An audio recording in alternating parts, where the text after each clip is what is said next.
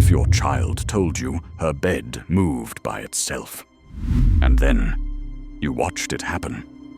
What if the voice of a dead man started speaking through your daughter's mouth, and no one could stop it? In 1977, one London family became the center of the most terrifying and well-documented haunting in history. This wasn't fiction. This wasn't a prank. This was real. Welcome to the nightmare of the Enfield Poltergeist. Peggy Hodgson was a single mother of 4, trying to make ends meet in Enfield, North London. Life was hard, but nothing could have prepared her for what would happen one summer night. It started with strange knocking, coming from inside the walls.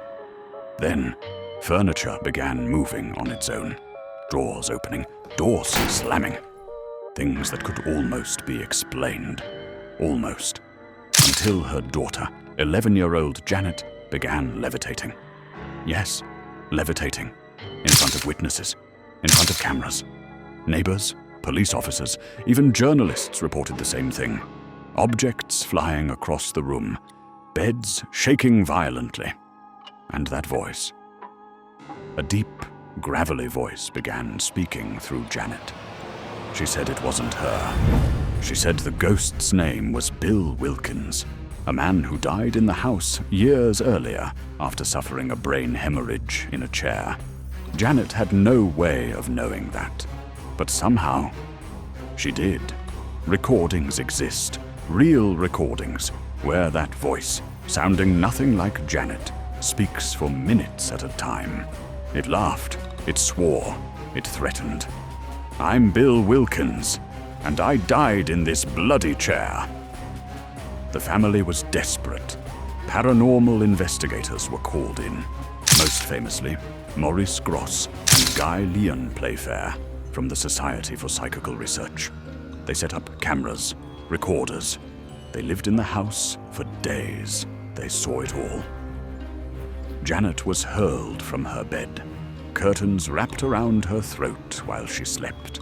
Marbles flew across the room and bounced with no sound, as if something invisible caught them mid-air. But the haunting didn't stop with Janet.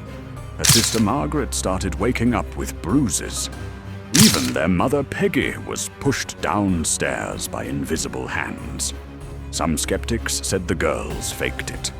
But the investigators, after hundreds of hours of documentation, concluded that while some events may have been exaggerated, much of what they saw was unexplainable.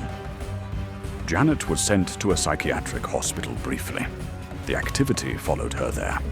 The family eventually moved, the haunting faded, but the scars stayed. To this day, Janet maintains it was all real, and the photographs, the recordings, and the countless terrified witnesses, they back her up.